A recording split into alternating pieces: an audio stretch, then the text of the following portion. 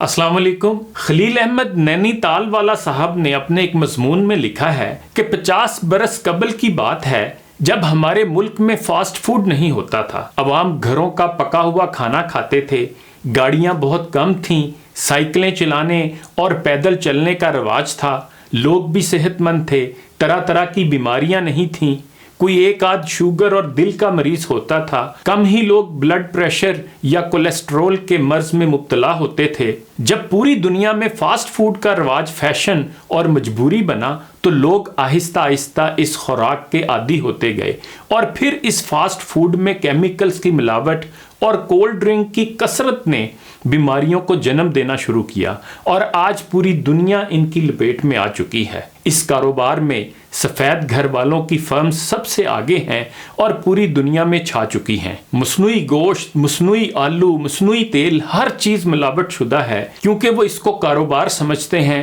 اور عوام کی صحت سے ان کو غرض نہیں ہے۔ چینی اور نمک کا کثرت سے استعمال فیشن بن چکا ہے۔ پہلے ایک بن میں ایک برگر ہوتا تھا، پھر بڑھتے بڑھتے 4 اور 5 بن کا برگر اور 2-3 تہیں پنیر کی ہو چکی ہیں۔ اتنا گوشت اور پنیر کھا کر اوپر سے 1 لیٹر کولڈ ڈرنک پینا بھی عام ہو چکا ہے۔ بات چھوٹے پیزے سے بڑھتے بڑھتے سپر لارج پیزے تک جا پہنچی ہے، اور اس کے بعد بھی بس نہیں ہوتا۔ چاکلیٹ اور آئس کریم کی بھرمار اس معصوم پیٹ کو بڑھا بڑھا کر ایکسٹرا لارج تک لا چکی ہے۔ پھر کہاں تک ہاضمہ کام کرتا؟ اس طرح سے جسم کا نظام بگڑنا شروع ہوا۔ پھر اس غذا کا ری ایکشن بھی ہونا تھا، زندگی گھٹنا شروع ہو گئی، بیماریاں بڑھنے لگیں۔ اب 20-25 سال کی عمر والوں کو وہ بیماریاں شروع ہو جاتی ہیں جو عموماً 60-70 سال والوں کو ہوتی تھیں۔ ان کو کنٹرول کرنے کے لیے پروفیسر ڈاکٹروں اور ادویات بنانے کی ضرورت پڑی، تو اس میں بھی سفید گھر والوں کا ملک سب سے آگے تھا۔ 60 کی دہائی تک صرف 1-2 اینٹی بائیوٹکس ہوتی تھیں، آج ان کی درجنوں برانچیں آ چکی ہیں۔ سائیڈ ایفیکٹس کی پرواہ کیے بغیر گوروں کے ان اداروں نے پوری دنیا کو گھیر رکھا ہے۔ 90% آمدنی وہ 5 بیماریوں سے کما رہے ہیں۔ 1990 تک شوگر کی لمٹ 140 تھی، جس کو گھٹا گھٹا کر 100 تک لے آئے ہیں۔ اسی طرح 1970 تک کولیسٹرول 340 تک صحیح مانا جاتا تھا، صرف 50 سال میں وہ گھٹا گھٹا کر 200 تک لے آئے ہیں۔ دل کے مریضوں کو تو لوٹنے کا کوئی شریف راستہ ان ملٹی نیشنل اداروں نے نہیں چھوڑا، مگر کچھ درد مند ڈاکٹروں نے ان کے خلاف احتجاج بھی کیا، مگر ان ملٹی نیشنل اداروں کی اجارہ داری اور ریسورسز کے سامنے کسی کا بس نہ چلا۔ عوام یہ سمجھ بیٹھے ہیں کہ بیماری اللہ کی طرف سے آتی ہے، ہسپتال جاؤ، ڈاکٹر سے علاج کراؤ اور ساری زندگی دوائیاں کھاتے جاؤ۔ لیکن خوش آئند بات یہ ہے کہ گزشتہ 20 سال سے میڈیا کی بدولت درد مند اداروں نے علاج کو غذا میں تلاش کر لیا ہے، اور اس پر بہت تحقیق ہو چکی ہے۔ بڑے بڑے ڈاکٹرز اور پروفیسر صاحبان نے سفید گھر والوں کے ملک میں ہی اب دوا کے بجائے ڈائٹ یعنی غذا سے علاج شروع کیا ہے۔ یوٹیوب پر آپ ایک ویڈیو دیکھ سکتے ہیں، اس کا نام ہے گیم چینجر۔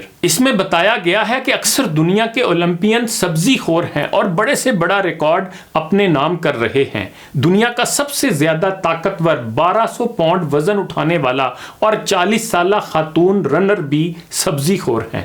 2200 کلومیٹر پیدل سفر کرنے والا بھی ویج ڈائٹ پر ہے، اور وہ گوشت، دودھ اور پنیر وغیرہ سے دور ہے، کیونکہ سائنس نے یہ ثابت کیا ہے کہ صرف گوشت سے طاقت نہیں ملتی، بلکہ اس کے فائدے کم، نقصانات زیادہ ہیں۔ جبکہ قدرتی سبزیاں، پھل، نٹس، دالیں اور پنیر میں قدرت نے کوئی سائیڈ ایفیکٹ نہیں رکھے۔ آج کل دل اور دیگر بیماریوں سے نجات پانے کے لیے ڈاکٹر حضرات ویجن ڈائٹ یعنی سبزیوں والی خوراک اپنانے کا کہہ رہے ہیں۔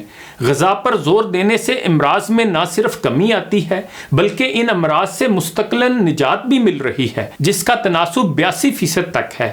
اسی حوالے سے ایک مشہور واقعہ سفید گھر کے سابق رہائشی کلنٹن سے منسوب ہے کہ جن کے 2004 سے 2010 تک 4 بائی پاس آپریشن ہو چکے تھے، ان کو پھر بھی دل کی تکلیف رہتی تھی۔ ان کے ڈاکٹرز نے ان کو سبزیوں والی خوراک پر لگایا تو کلنٹن نے گوشت، دودھ اور اس سے بنی سب چیزیں چھوڑ دیں۔ اس سے نہ صرف ان کا 24 پاؤنڈ وزن کم ہوا، بلکہ دل کی تکلیف بھی ختم ہو گئی اور تمام ادویات بھی بند کر دی گئیں۔ اسی طرح سفید گھر والوں کے ملک میں آگ بجھانے والے عملے میں 50 سال سے اوپر کے لوگوں میں دل کی بیماریاں، شوگر، کولیسٹرول بڑھ رہا تھا۔ یہ مریض ان بیماریوں سے پریشان تھے تو ان کے ایک ریٹائرڈ ساتھی نے ان کو سبزیوں والی خوراک کا تجربہ کروایا۔ 28 دن تک قدرتی خوراک سے ان کی بیماریوں میں کمی آ گئی۔ اب ان کے تمام آگ بجھانے والے اسٹیشنز کے ملازمین کا اسی غذا سے علاج کرایا جا رہا ہے۔ اس غذا میں تیل بھی زمین سے پیدا ہونے والا استعمال ہوتا ہے، جیسے سرسوں، کارن آئل، اولیو آئل، تلوں اور نٹس سے بننے والا تیل بھی استعمال ہو سکتا ہے۔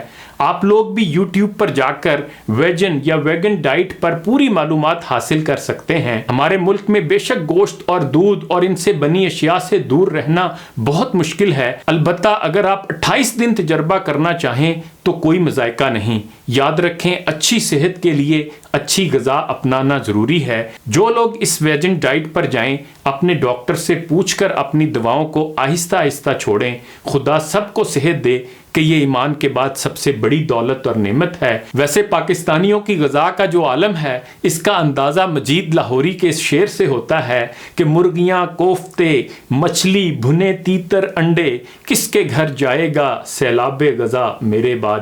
انہی گزارشات کے ساتھ اجازت چاہوں گا۔ اپنا خیال رکھیے گا۔ اللہ حافظ۔